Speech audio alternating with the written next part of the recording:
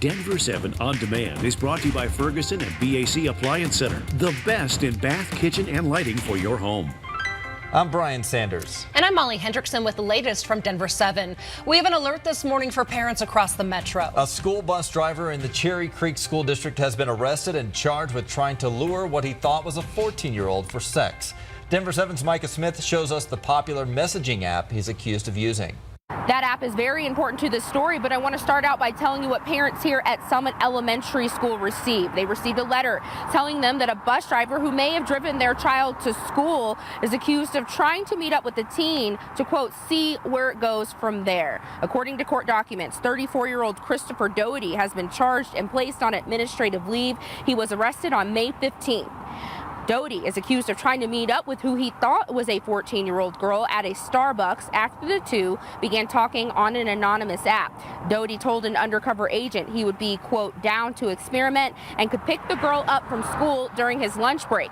The alleged teen was actually an undercover officer with the Colorado Internet Crimes Against Children Task Force. This map shows all the schools Doty drove for during his time with the district. In the fall of 2017, he drove a special education bus for Fox Hollow Elementary, Timberline Elementary, and Horizon Middle School. During the winter and spring of those school years, Doty drove Route 122 for Eagle Crest High School and I-Team Ranch Facility Shuttle. And this year, up until his arrest, he drove a special education bus for Summit Elementary, where I am, and Joliet Center.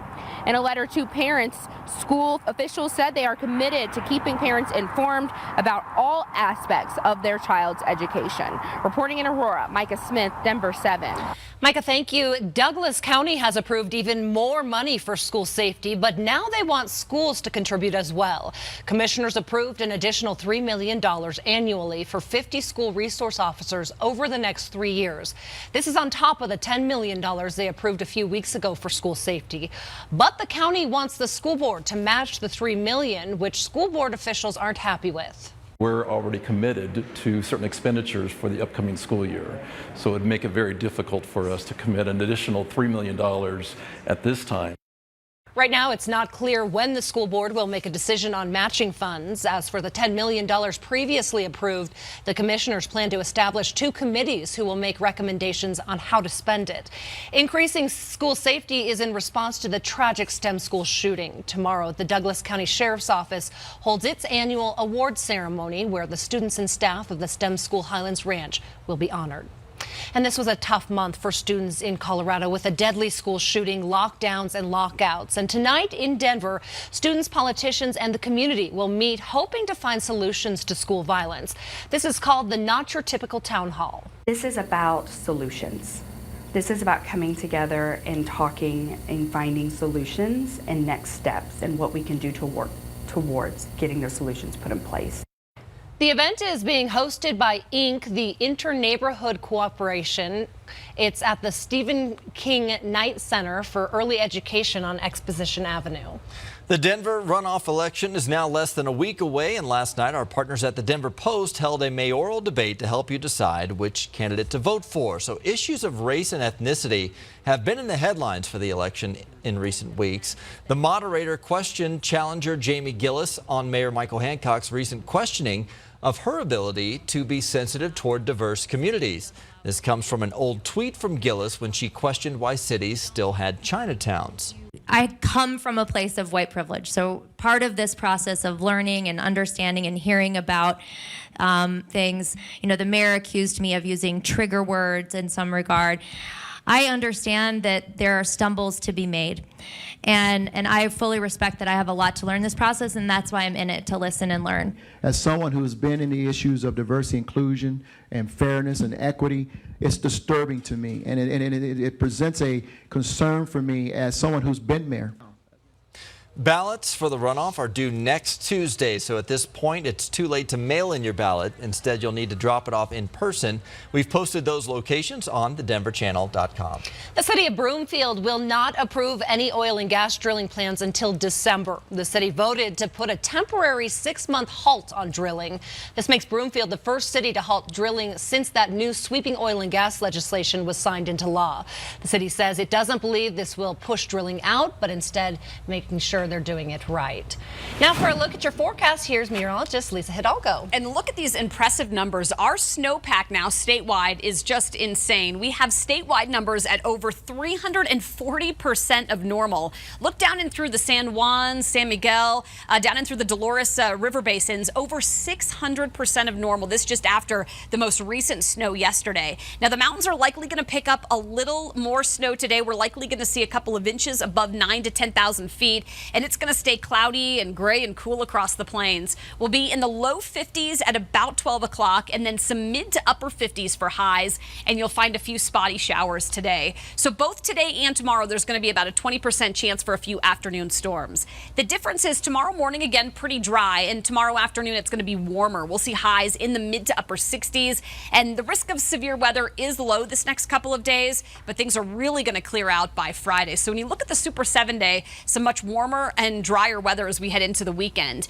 Today, we're again in the mid 50s, and when you compare that to what we would typically see late May, normal high today is 76. The record high is 94. We're going to be a little closer to some of those record highs by the first of next week. Now, we have a Rockies game tonight at 6:40, which again, we could see some spotty showers for, and then a day game tomorrow. First pitch is at 1:10 tomorrow. It should be in the 60s through the game with a slight chance for a few afternoon and early evening storms. Skies are then going to clear out, and it's beautiful. By Friday, we're at 75, and then look at how much warmer it gets. By the weekend, low to mid 80s, you guys, it's going to be beautiful. And finally, it'll feel like summer for some of those kids that have their last day of school on Friday. It's about time. All right. Thanks, Lisa. And we've seen lots of hail in Colorado from our severe weather to start the week.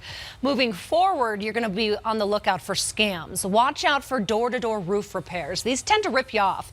Reputable roofers recommend checking the BBB and rely on good references. This is also a good time to check your insurance. You may have a separate wind and hail deductible different from your normal deductible. Our Colorado is so beautiful. We certainly understand why so many people want to come here to taste the scenery, but it also means our parks are overcrowded and forcing park officials to now take action. El Dorado Canyon State Park is known for its rock climbing, hiking, biking, and picnicking, but unfortunately it's also known for a lack of parking and overcrowding. So now Colorado Parks and Wildlife is working on a visitor use management plan that would include capacity limits, transportation changes, and connector trails. Open houses or listening sessions are expected to start this summer. If you are a new parent, there are a lot of things to think about when it comes to keeping your baby healthy. Flat head syndrome may not be top of the list. And that's when a flat spot develops on the back or the side of a baby's head. It tends to happen when a baby regularly sleeps in the same position. Denver 7's Eric Lufer is here now with a product that prevents and cures it, and it was invented right here in Colorado. By this woman, Dr. Jane Scott, an author and neonatologist. She invented the Tortle. Her offices are in the Denver Tech Center. The Tortle is essentially a beanie with a support roll.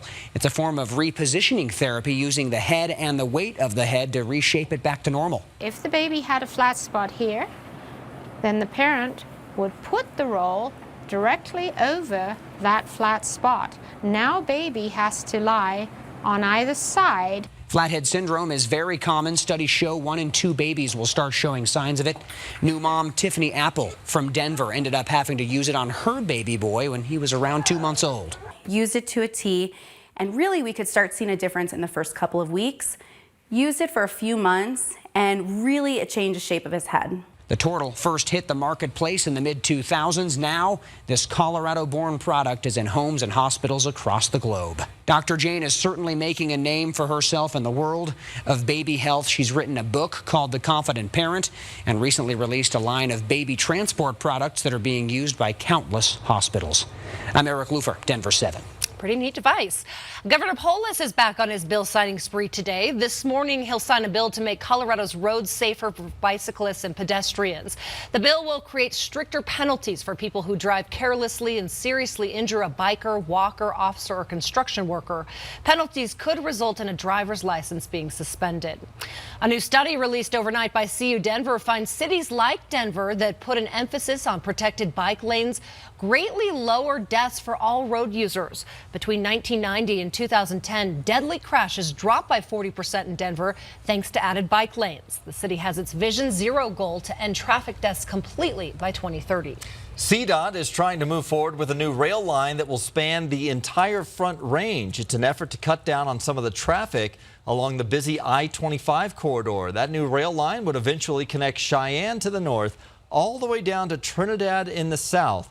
CDOT is also looking for consultants to put together a blueprint on how the line would work. Specifically, they're looking at speed and how many trains could run per day. Right now, the idea is to get the train running from Fort Collins down to Pueblo, with stops in the Denver Metro and Colorado Springs. Well, we want to give a big shout out and say good luck to two Denver siblings graduating today. These are not just any siblings. They are both over 90 years old. 95-year-old George Ramirez and 94-year-old Anita Ramirez Cruz will receive their high school diplomas at Manual High School today. George Ramirez was in high school when he was drafted to serve during World War II. He returned home and got married, so he never earned his diploma. Anita, meanwhile, also attended Manual as a teen, but she left school to provide for her family. So now congratulations to the two of them earning their diplomas. Yeah, well deserved. Yes. This has been your Denver 7 On Demand update. Thanks for joining us. And make sure you check back here later today for another update and download the free Denver 7 app for breaking news and alerts. Have a great day.